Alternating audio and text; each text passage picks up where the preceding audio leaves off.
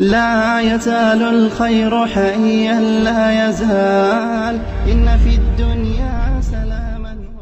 بسم الله الرحمن الرحيم. الحمد لله رب العالمين، والصلاة والسلام على سيد الأنبياء والمرسلين محمد وعلى آله وأصحابه أجمعين.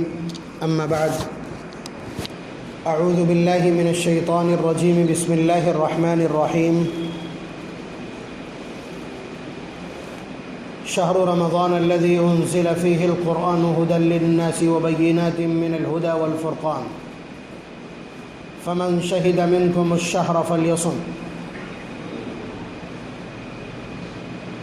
وعن أبي هريرة رضي الله تعالى عنه قال رسول الله صلى الله عليه وسلم: من صام إيمانا واحتسابا غفر له ما تقدم من ذنبه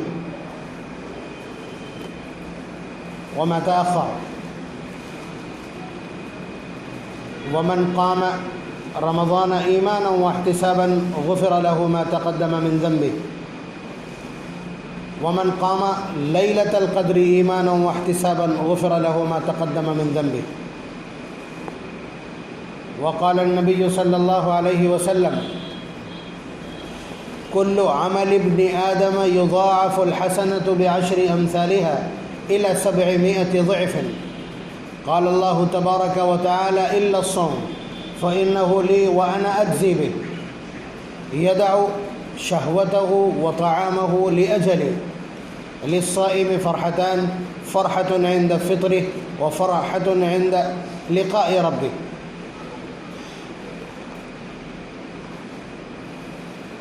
رمضان المبارک کا مہینہ ہے. اس میں آپ دیکھتے ہیں کہ بڑے سے بڑا گنہگار، بڑے سے بڑا ناہنجار اور معاصی کا عادی اور اللہ اور اس کے رسول سے ناواقف نظر آنے والا شخص بھی اس مہینے میں عبادت کی طرف آ جاتا ہے، مساجد اور عبادت گاہوں کی طرف آ جاتا ہے. اس کے اندر بھی نرمی پیدا ہو جاتی ہے، اس کے اندر بھی شوق پیدا ہو جاتا ہے اور اس کے اندر بھی تڑپ پیدا ہو جاتی ہے. ہم لوگوں کو تو یہ معلوم ہے کہ اس مہینے میں ایسا کیا جاتا ہے. یعنی معاشرے میں اس طرح کا منظرنامہ اور اس طرح کا ماحول اور اس طرح کی فکر پیدا ہو جاتی ہے. سب آتے ہیں، ہم بھی آ جاتے ہیں. اسی لیے ایک بڑی تعداد آپ دیکھیں گے کہ جو اس ماحول کے دباؤ میں تراویح پڑھنے آ جاتی ہے مگر پیچھے بیٹھ کر کے موبائل چلاتی. اس کو آپ دیکھیے ان دو روایات کے تناظر میں کہ آخر یہ ماحول پیچھے سے چلا کیوں آ رہا ہے. آپ سمجھ رہے ہیں؟ کوئی شخص کتنا ہی گنہگار ہو جانتا تو ہے ہی کہ وہ گناہ کر رہا ہے. کوئی شخص کتنا ہی کوتاہی میں مبتلا اور کتنا ہی غافل ہو، کوئی شخص کتنا ہی نادان اور جاہل ہو، اور کوئی شخص کتنا ہی سرکش اور متمرد ہو، لیکن اسے یہ معلوم ہوتا ہے کہ وہ گناہ کر رہا ہے. اسے یہ معلوم ہوتا ہے کہ وہ معاصی میں مبتلا ہے. بسا اوقات بعض نا امید تو یہاں تک پہنچ جاتے ہیں کہ اب ہمیں تو جہنم میں جانا ہی ہے، اس لیے جو کچھ ہے وہ مزے سے کاٹ لیں. ایسے بھی آپ کو معاشرے میں ایسی سوچ کے لوگ مل جائیں گے جنہیں اللہ تبارک و تعالیٰ کی رحمت کا پتہ نہیں ہے، اللہ تبارک و تعالیٰ کی معافی اور اللہ تبارک و تعالیٰ کس کس طرح کے اور کتنی مقدار کے گناہوں کو معاف کر سکتے ہیں. جن لوگوں کو یہ تفصیل معلوم نہیں ہوتی وہ اس طرح کے نظریات میں بھی جینے لگتے ہیں. خود نبی اکرم صلی اللہ علیہ وسلم کے زمانے میں اس طرح کے سوال کرنے والے بہت ہیں. بنی اسرائیل میں سے بھی ایسے بہت سارے لوگوں کے واقعات زینت احادیث ہیں کہ 99 قتل کرنے کے بعد اچانک اسے لگتا ہے کہ میں نے غلط کیا، اور پھر جا کر کے وہ معافی کی راہیں تلاش کرتا ہے. پھر اس کے بعد ایک شخص جو نا امیدی کی بات کرتا ہے وہ اسے بھی نمٹا کر کے اور 100 مکمل کرتا ہے. پھر کسی متدین عالم کے پاس پہنچتا ہے، وہ بتلاتا ہے کہ ہاں تمہاری توبہ کا راستہ ابھی کھلا ہے. تو یہ احساس تو ہر شخص کے اندر پایا جاتا ہے. تو یہ جو روایت ہے جسے آپ بارہا سنتے ہیں، رمضان المبارک کے تمام خطبوں میں اس روایت کو سنتے ہیں، اس کا مفہوم دیکھیے. یہ وہ روایات ہیں، یہ وہ میگنیشیم سسٹم ہے اور یہ وہ مقناطیسی کشش ہے جو لوگوں کو اللہ تبارک و تعالیٰ کی طرف کھینچ دیتی۔ بھائی آپ دیکھیے کہ جن لوگوں کے بل بجلی کے بقایا ہیں، ابھی اعلانیہ جاری کر دیا جائے گلی گلی کہ بھائی 50% کی چھوٹ ہے، تو لائن وہاں لگ جاتی ہے، اور جسے یہ معلوم ہو جائے کہ 70% کی چھوٹ چل رہی ہے، آپ بتائیے پھر کیا ہوگا؟ وہ جن کے 100 روپے ہیں وہ بھی پہنچ جائیں گے اسی لائن میں، کہ کم از کم 70 بچیں گے، بڑی رقم والے تو دور کی بات ہے۔ تو اسی طرح کی یہ ایک ہوڑ اور مسابقہ ہے۔ نبی اکرم صلی اللہ علیہ وسلم کے الفاظ ہیں، من صام رمضان ایمانا واحتسابا غفر له ما تقدم من ذنبه، کہ جس شخص نے رمضان المبارک میں روزہ رکھا ایمان کے ساتھ، یعنی اللہ تبارک و تعالیٰ کا حکم ہے، اور اللہ تبارک و تعالیٰ نے اپنے حبیب کے ذریعے سے یہ حکم ہم تک پہنچایا ہے، ہماری ذمہ داری ہے اللہ پر یقین رکھتے ہوئے اور اس کے رسول کی رسالت کو، اور جو بھی مومن بھی ہیں ان پر اس کا ایمان قائم ہے، اور ساتھ ساتھ وہ یہ سمجھ کر کے کہ اس تپتی ہوئی دھوپ میں اور اس تیز موسم میں اور اس شدت کی پیاس والے موسم میں اور ایک لمبے دن میں ہم روزہ رکھیں گے تو اللہ تبارک و تعالیٰ جو بہت کریم ہے یقیناً اس پر بڑا اجر عنایت کرے گا، ثواب کی نیت سے، احتساباً، ثواب کی نیت سے، حساب لگا کر کے۔ پھر دہرائیے لفظ کو کہ جس شخص نے روزہ رکھا ایمان کے ساتھ اور ثواب کی نیت سے، غفر له ما تقدم من ذنبه، اس کے پچھلے سارے معاف کر دیے جائیں گے۔ آپ دیکھ رہے ہیں یہ چھوٹا موٹا اناؤنس نہیں ہے، یہ چھوٹا اناؤنس نہیں ہے، یہ کوئی چھوٹا موٹا اچیومنٹ نہیں ہے، یہی ہے کہ جو لوگوں کو اللہ تبارک و تعالیٰ کی طرف گھسیٹ کے لے آتا ہے۔ ہر وہ شخص کھینچا چلا آئے گا جس کے اندر بندگی کا مردہ سے مردہ احساس موجود ہو، جس کے اندر اپنے گناہوں پر مردہ سے مردہ ندامت موجود ہے، 0 درجے کی بھی اگر شرمندگی ہے اپنے گناہوں اور اپنے اعمال پر تو وہ کھینچا چلا ہے۔ اور یہ تراویح میں جو آپ کو بھیڑ دکھائی پڑتی ہے کہ وہ لوگ جو پورے سال ڈرنک میں مست رہے، جو مسلسل شراب خوری میں مصروف تھے، اور انہوں نے مسجد کا منہ بھی نہیں دیکھا تھا، بڑی تعداد ایسے لوگوں کی جو جمعے میں بھی نہیں آئے تھے، لیکن دیکھا یہ کہ ٹوپیوں بھی پرانی نکال کر کے اور پرانا کرتا پاجامہ اور رومال نکال کر کے معلوم ہوا تراویح کی صف میں کھڑے ہیں۔ یہ کون کھینچ کے لایا ہے؟ یہ کون کھینچ کے لایا؟ اللہ تبارک و تعالیٰ کی بخشش کھینچ کے لائی ہے یا ان کی توفیق کھینچ کے لائی ہے؟ ایسا بھی ہوتا ہے کہ بندہ اللہ تبارک و تعالیٰ کی بارگاہ میں مقرب لوگوں کی لسٹ میں ہے، مقرب اور بخشے ہوئے لوگوں کی لسٹ میں ہے، لیکن وہ مسلسل گناہوں کے راستے پر سرپٹ دوڑا چلا جاتا ہے، تو اللہ تبارک و تعالیٰ کبھی کبھی اس میں کچھ کارروائیاں کرتے ہیں، اور اسی طرح کی کارروائی ہے کہ گھسیٹ کے لا کے یہاں کھڑا کر دیا، آج انہیں بخشنے کا ہے، آج انہیں بخشش کا فیصلہ لینا تھا، اس لیے لا کر کے یہاں کھڑا کر دیا، کسی طرح سے کوئی پکڑ لایا، کسی کو متعین کر دیا۔ یا پھر دوسری بڑی کارروائی یہ ہوتی ہے کہ ایسے بندوں کو بیمار کر کے اور انہیں بستر پر رگڑوا کر کے، ان کی ایڑیاں رگڑوا کر کے اور ان کے گناہ سارے کے سارے صاف کر کے اور اس کے بعد سیدھا کھڑا کر دیتے۔ اس طرح کی روایات بہت ہیں۔ تو آدمی یہ تراویح میں بھیڑ کیسے کرتا، جبکہ عشاء میں آپ دیکھتے ہیں ایک صف بھی مشکل سے ہوتی، لوگ کھانا کھا کے جمعیہ لینے لگتے ہیں یا خبریں سننے میں عشاء کی نماز گول کر دیتے ہیں۔ وہ انہیں یہ احساس لے آیا۔ نبی اکرم صلی اللہ علیہ وسلم کا اگلا ارشاد، من قام رمضان ایمانا واحتسابا غفر له ما تقدم من ذنبه، جو رمضان المبارک کی راتوں میں کھڑا ہو گیا، یعنی ان راتوں میں کھڑے ہو کے اس نے عبادت کی، قیام لیل کیا، غفر له ما تقدم من ذنبه، اس کے بھی پچھلے سارے اریز کر دیے جائیں گے، معاف کر دیے جائیں گے۔ اس کے علاوہ جو لوگ اپنی نیند چھوڑ کر کے کبھی فجر پڑھنے نہیں آتے، اور وہ نیند تو کیا اپنا ایک لمحہ دینے کو تیار نہیں، سردیوں میں جوتے کھول کر کے موزے اتارنے کو تیار نہیں وضو کے لیے، اس لیے نمازیں چھوڑ دیتے ہیں، وہ لوگ شب قدر میں مسجد کے کونے میں کھڑے کبھی نماز پڑھ رہے ہیں، کبھی تلاوت کر رہے ہیں، کبھی تسبیحات میں مصروف ہیں، کبھی رونے لگتے ہیں، کبھی اللہ تبارک و تعالیٰ کی طرف متوجہ ہو جاتے ہیں۔ کیا مسئلہ ہے؟ وہ بھی اسی طرح کا ایک لالچ ہے۔ نبی اکرم صلی اللہ علیہ وسلم کا اگلا ارشاد، من قام لیلۃ القدر ایمانا واحتسابا غفر له ما تقدم من ذنبه، جو ایمان اور ثواب کی نیت سے لیلۃ القدر میں جاگا اس کے پچھلے سارے معاف کر دیے گئے۔ یہ حرص تو ہر شخص کو ہوتا ہے، جس کے دل میں ایمان موجود ہے اس کے دل میں یہ تڑپ اور یہ حرص ضرور ہوتی ہے، یہ لالچ ضرور ہوتا ہے کہ کوئی ایسی جگہ مل جائے، کوئی ایسا بونس مل جائے، کوئی ایسا شارٹ وے مل جائے کہ جس سے وہ اللہ تبارک و تعالیٰ کے قریب پہنچ جائے اور اس کے گناہ کہیں نہ کہیں معاف ہو جائے۔ ختم قرآن کی دعا میں بھیڑ یہ اسی بات کی علامت ہے کہ وہ توبہ کر کے کسی نہ کسی طرح اپنے اس پوری خلیج کو، اس کے اور اس کے پروردگار کے بیچ اس کے گناہوں نے جو خلیج اور پول کر دیا ہے اس کو وہ برج کرنا چاہتا ہے، یا اس خلیج کو پاٹنا چاہتا ہے استغفار اور توبہ کے ذریعے سے۔ اس کے علاوہ کیوں لوگ بھاگتے اور دوڑتے ہیں؟ یہ سمجھ لیجئے کہ رمضان المبارک کے روزے کیوں رکھنا چاہیے، اتنا مشقت کا عمل ہے کیوں کرنا چاہیے؟ اس کے لیے نبی اکرم صلی اللہ علیہ وسلم کا یہ اگلا ارشاد دیکھیے، یہ بھی حضرت ابو ہریرہ رضی اللہ تعالیٰ عنہ کی روایت ہے، فرماتے ہیں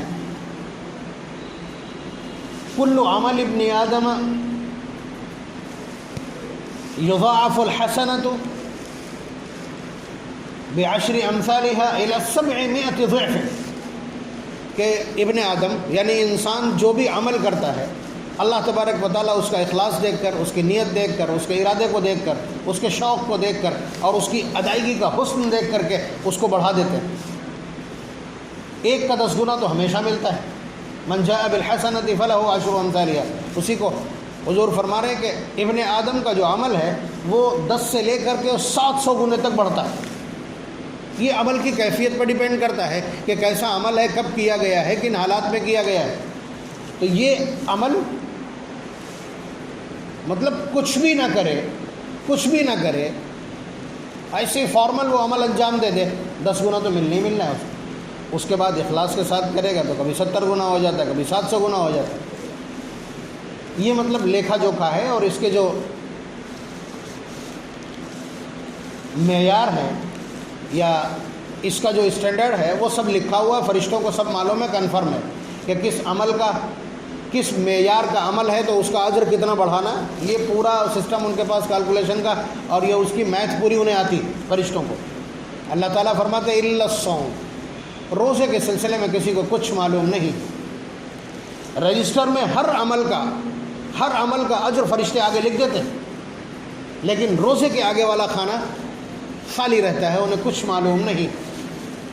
فرشتوں کے علم میں کچھ نہیں ہے، اجر لکھنے والوں کے علم میں کچھ نہیں ہے، اور پیمنٹ کاؤنٹر کے اوپر جو لسٹ ہے اس کے سلسلے میں اس کا بھاؤ لکھا ہی نہیں، اس کا نرخ اور بھاؤ اللہ تبارک و تعالیٰ نے اوپن ہی نہیں کیا۔ فرماتے الا الصوم، مطلب روایت چل رہی تھی نبی اکرم صلی اللہ علیہ وسلم کے ارشاد کی، حضور نے بیچ میں فرمایا قال اللہ تبارک و تعالی الا الصوم، کہ یہ 10 سے لے کر کے 700 گنا تک جو اعمال بڑھتے ہیں یہ دیگر تمام اعمال کے بارے میں سسٹم ہے۔ الا الصوم، اللہ تعالیٰ کا ارشاد ہے کہ روزہ ان سے الگ ہے۔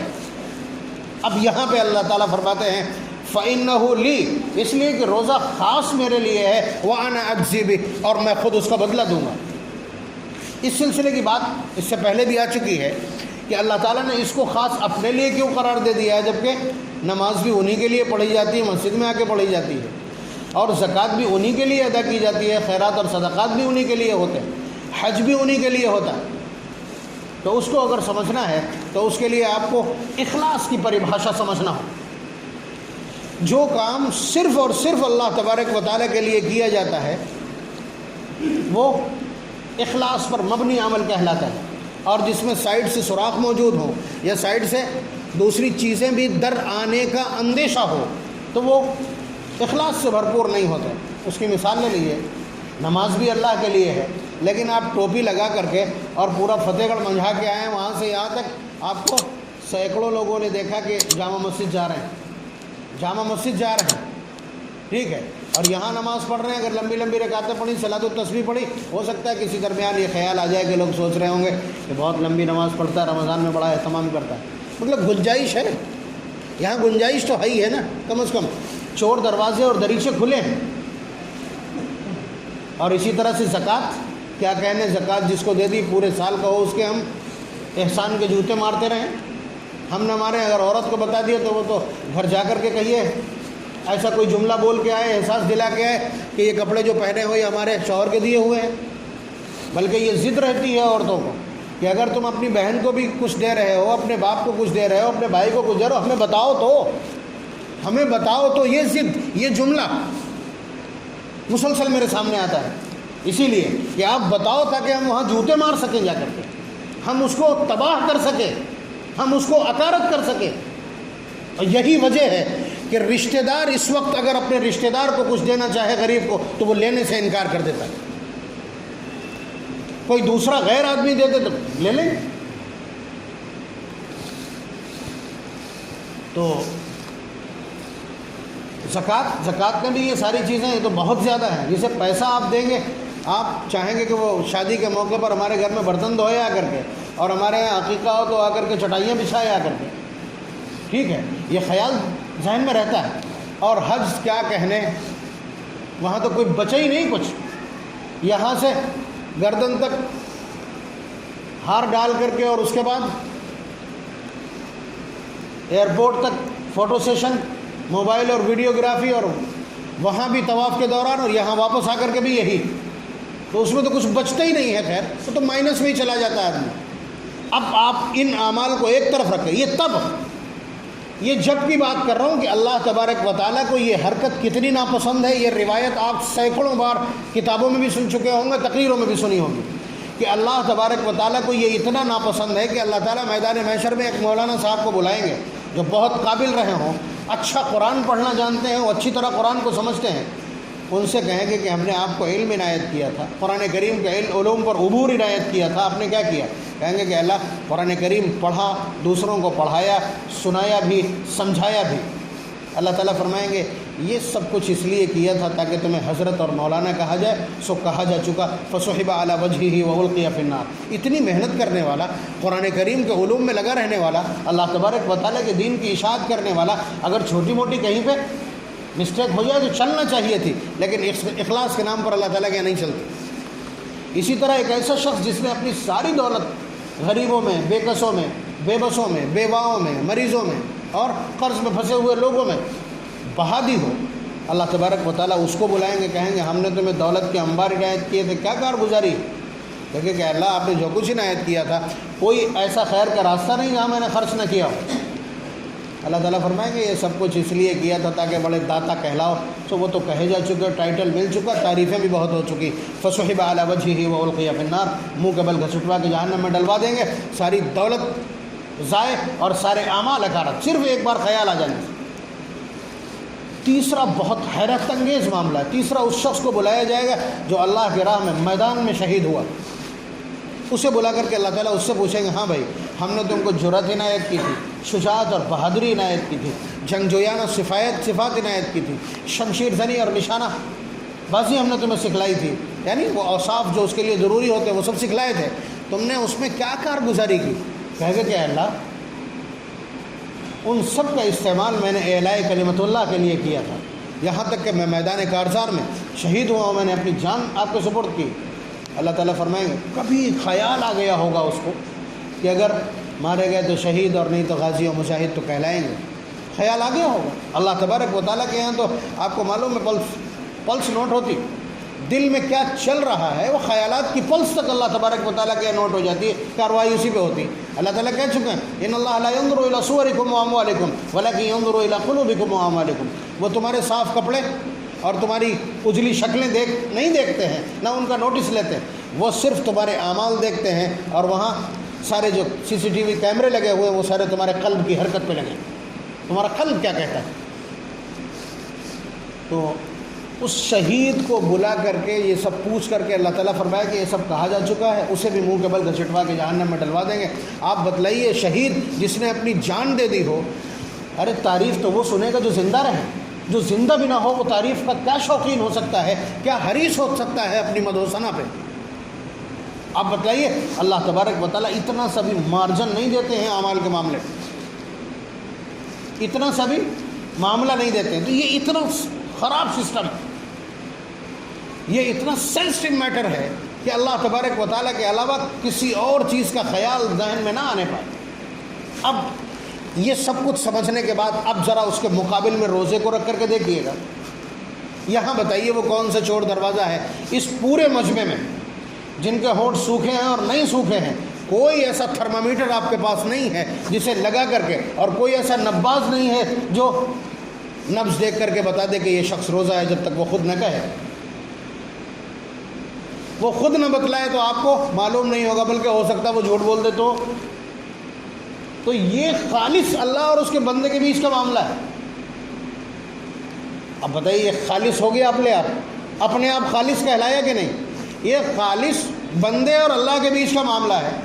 یہاں تک کہ گھر کے لوگوں نے سحری کھاتے دیکھا اور افطار میں شامل دیکھیں گے، بیچ میں اس نے کیا گل کھلا دیے کوئی نہیں جانتا، یہ وہ اور اس کا پالنہار جانتا ہے۔ تو یہ اتنا سیکریٹ میٹر ہے، اور اللہ تبارک و تعالیٰ کو وہ عبادتیں بہت پسند ہیں کہ جن میں اللہ کے سوا کوئی جاننے والا نہ ہو۔ اسی لیے صدقے کا ادب کیا بتلایا؟ لا يعلم شمالہ ما انفق یمینہ، صدقہ اس طرح کرو کہ اس کے داہنے نے کیا خرچ کیا ہے بائیں کو پتہ نہ چلنے پائے۔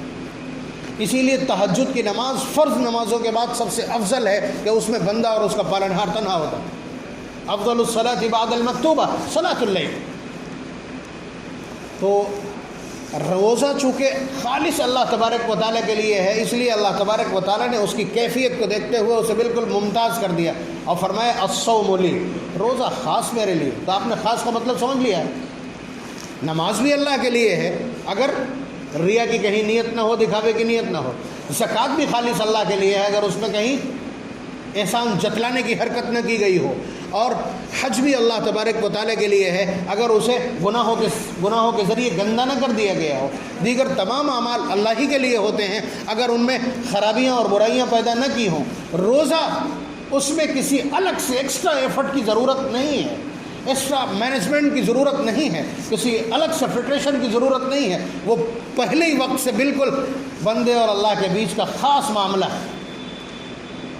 تو اس لیے اللہ تبارک و تعالیٰ نے اس پر کیا ٹچ لگایا؟ فائنل ٹچ ان کا ہے کہ الصوم لی، کیا کہا کہ ہر عمل 10 گنے سے 700 گنے تک بڑھایا جا سکتا ہے اخلاص کی بنیاد پر۔ اللہ تعالیٰ نے الگ سے فرمایا الا الصوم، قال اللہ تعالیٰ الا الصوم فإنہ لی، وہ خاص میرے لیے ہے، وأنا أجزی بہ، اور میں خود اس کا بدلہ دوں۔ میدان محشر میں جب بدلے دینے کا نمبر آئے گا کہ بھائی جس شخص کے نام زکاتیں بھرپور ہیں، حج جس کا ہے، تو اس کو جنت کا اتنا ایریا الاٹ میں دیا جاتا ہے، اور یہ سامان اتنی ہو رہے ہیں، یہ وہ جو کچھ بھی ہو اللہ تبارک و تعالیٰ کے یہاں سے۔ یہ سب کچھ کون پیمنٹ کرے گا؟ فرشتے سلپ دے دیں گے یا فرشتے؟ تو ان سب کے کاؤنٹر الگ الگ، زکوٰۃ کا، خیرات کا، صدقات کا، حج کا، توحید کا اور دیگر اعمال کا، سب کا کاؤنٹر الگ الگ ہے۔ اس کاؤنٹر پر کوئی نہیں، یہاں صرف اور صرف اللہ تبارک و تعالیٰ کا حکم چلے گا، اور کسی کو پتہ بھی نہیں کسے کیا عنایت کر دے۔ تو آپ دیکھ رہے ہیں نماز میں کم بھیڑ، زکوٰۃ میں 0 درجے کی بھاگیداری معاشرے کی، اور حج میں اس سے بھی نیچے چلی گئی حصہ داری۔ لیکن رمضان المبارک میں، روزے میں یہاں ایفرٹ کم لگتی ہے، لیکن ارننگ بہت زیادہ۔ ادھر جس نے روزہ رکھ لیا اس کے پچھلے سب معاف، جو رات میں تراویح میں کھڑا ہو گیا اس کے لیے سب پچھلے معاف، جو یہاں شب قدر میں جاگ گیا اس کے پچھلے سارے معاف، اور جس شخص نے روزہ رکھ لیا وہ اللہ تبارک و تعالیٰ کی VVIPs کی لسٹ میں چلا گیا، اور اس کا اتنا عمل جمع ہو گیا کہ خود اللہ تبارک و تعالیٰ پیمنٹ کرے۔ مثال کے طور پر کوئی چھوٹا موٹا یہاں آپ کارنامہ انجام دیتے ہیں تو ڈسٹرکٹ مجسٹریٹ آپ کو توصیف نامہ دے دے گا، لیکن اگر کوئی آپ نیشنل لیول کا کوئی ایونٹ جیتتے ہیں، یا نیشنل لیول کا یا بین الاقوامی درجے کا کوئی آپ کارنامہ انجام دیتے ہیں، تو کون دیتا ہے؟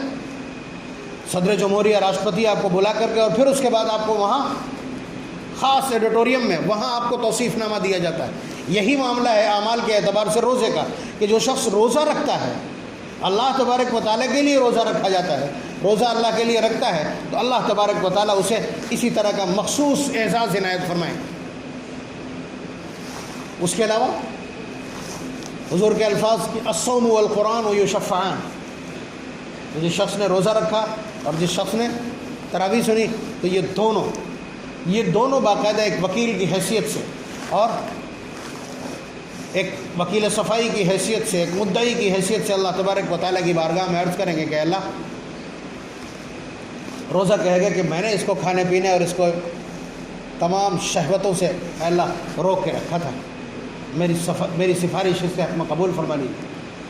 قرآن کریم کہے گا کہ بار الہ، دن بھر کا تھکا ہارا روزہ رکھ کر کے اور پھر اس کے بعد افطار کے بعد کی تھکن، لیکن اس کے باوجود میں نے اس کو کھڑا رکھا، میں نے تیری بارگاہ میں اس کو کھڑا رکھا، یا میری وجہ سے یہ کھڑا رہا۔ فیشفعان، نبی اکرم صلی اللہ علیہ وسلم کے الفاظ ہیں کہ ان کی سفارش کو فوراً قبول کر لیا جائے گا۔